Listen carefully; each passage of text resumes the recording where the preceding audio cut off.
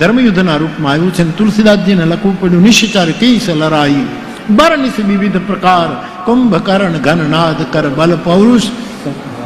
લક્ષ્મણજીને મૂર્છા નહીં, શું રણનું વર્ણ તુલસીદાસજીએ યુદ્ધકાંડ, વાલ્મીકીએ યુદ્ધકાંડ બતાવ્યું છે, તુલસી અને લંકા, પણ બહુ મોટું યુદ્ધનું વર્ણન છે. યુદ્ધની કથા રમણીય હોય છે, પણ યુદ્ધ રમણીય નથી હોતું. ભલે આપણે ત્યાં કે યુદ્ધની કથા રમણી ગમે બહુ, આપણે વીર રસના ગાયન કરીએ તો ગમે બહુ, આપણી છાતી ગદગદ ફૂલવા માંડે. હાલો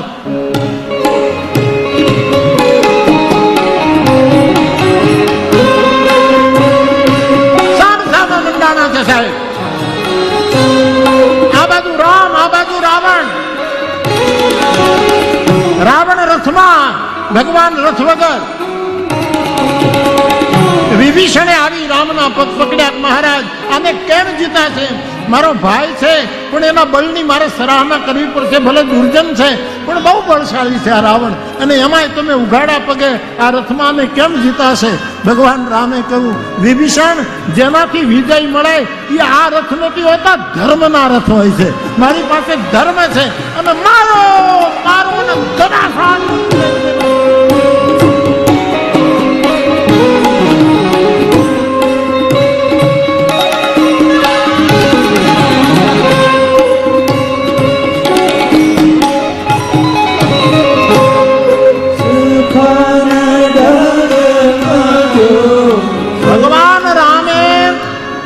જયારે પોતાના ધનુષ ઉપર જયારે બાણ ચડાવ્યું થાય,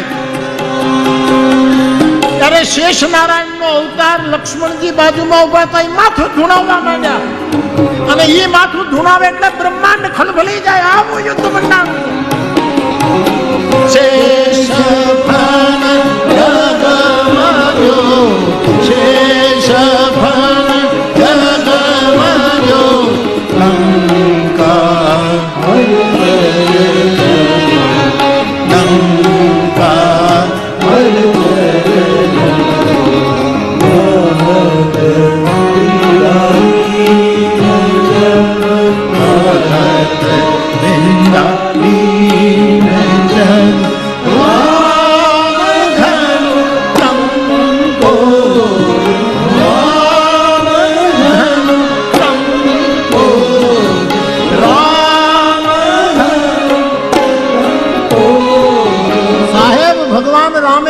બાણ માર્યા કે આખા આકાશમાં પાંખું વાળા એરું ઉડે છે, સર્પ ઉડે છે, પાંખું વાળા સર્પ.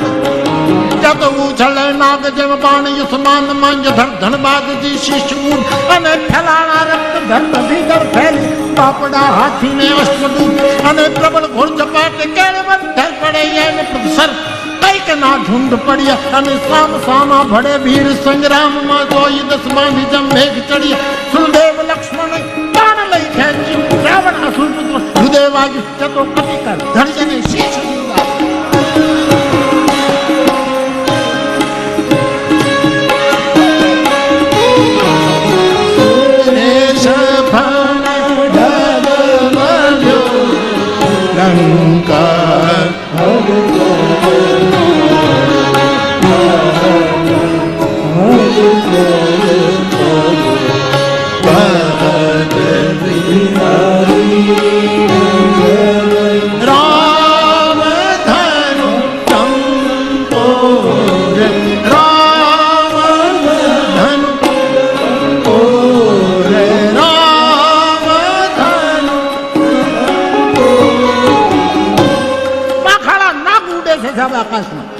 મારો મહાદેવ નંદી ઉપર સવાર થઈને રમણીય યુદ્ધ ને જોઈ રહ્યો.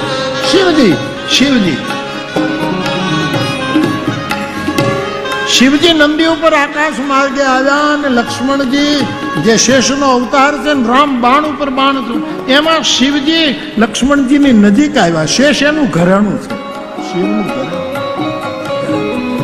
એટલે શિવજીએ કીધું લક્ષ્મણજીને કે ભગવાન તો અત્યારે વીર રસમાં ડૂબેલા છે, પણ એને બીજા નાગની જરૂર હોય તો થોડાક નાખતો જાઓ, કારણ કે શિવજીને નાગના ભૂષણ છે, એના આભૂષણો છે, થોડાક ફેંકતો જાઓ. લક્ષ્મણજી કહો, મહારાજ ચિંતા ન કરો, જરૂર પડશે તો તમને બોલાવી લઈશ. ક્યાંય જવાન નથી ને કૈલાસ કે નહીં, રાત તિલક થાય પછી જ કૈલાસ જવું છે. શેષ ફન ડગમગ્યો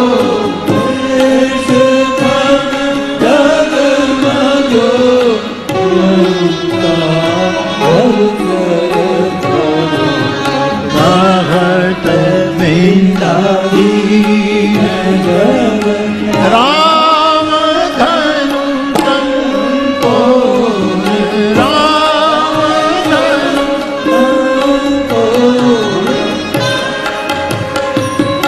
પૃથ્વીરૂપ કાગલો શાહી સાગર તની કલમ તર્વર્તની ભલે તાણે શેષ ગણપતિ જને લખે વળી શારદા તોય રઘુનાથના ગુણનો પાર નાવે આના વર્ણન નથી થઈ શકતા.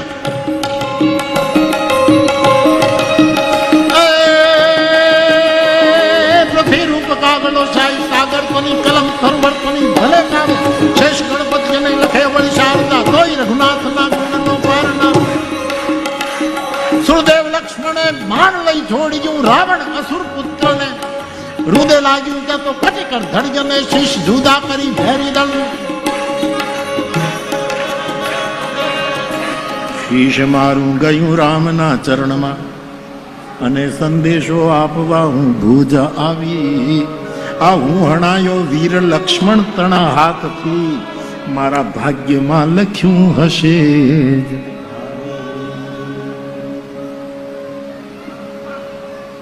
યુદ્ધના વર્ણો રમણીય હોય પણ ભગવાન કરે ક્યાંય થાય નહીં. આ યુક્રેન વાળા, રશિયા વાળા, ઇઝરાયલ વાળા હાથ જોડી મારા મહાદેવને પ્રાર્થના કરું કે હવે બંધ કરો, તમારા નખરામાં અનેક નિર્દોષ બાળકોના પ્રાણ જાય છે સાહેબ. હા, અત્યારે હવે બંધ થવું જોઈએ સાહેબ. હું ઘણી વખત અંતરંગ બેઠા હોય ત્યારે કહું છું કે જે રિપોર્ટ આવે કે અહીંયા બોમ્બ પડ્યો આટલા બાળ મંદિરમાં, પણ મને એમ થાય કે મારે ત્યાં જવાતું પણ નથી, મારા રસોડા ખોલવા જોઈએ ત્યાંથી સાહેબ.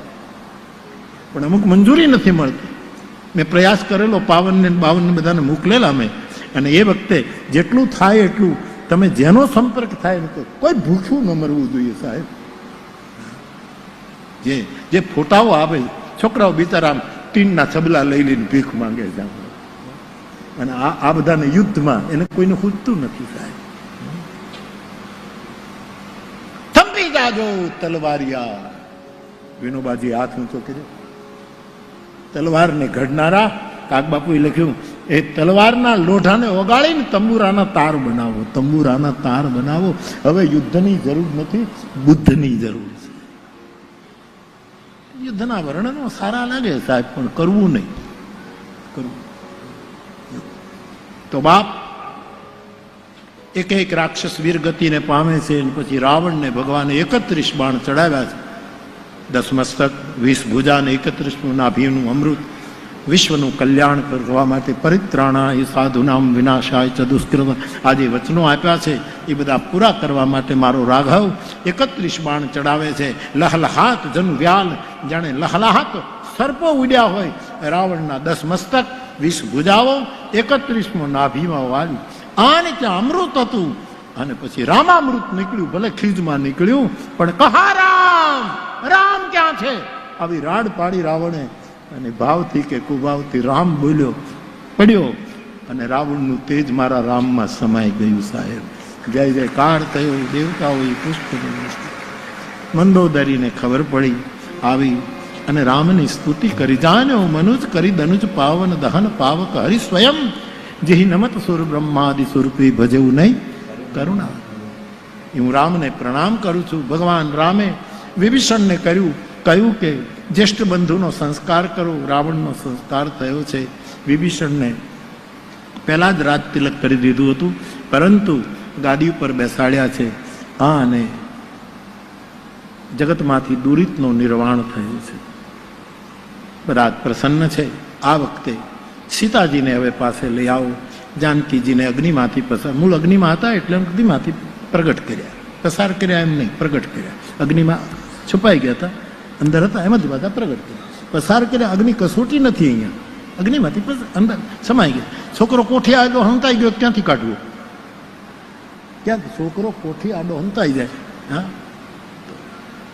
વાર્તા રે વાર્તા, ભાભો ઢોર ચારતા, ચપટી બોર લાલતા, છોકરાને સમજાવતા. એક છોકરો રિહાણો, કોઠી આડો ભીસાણો.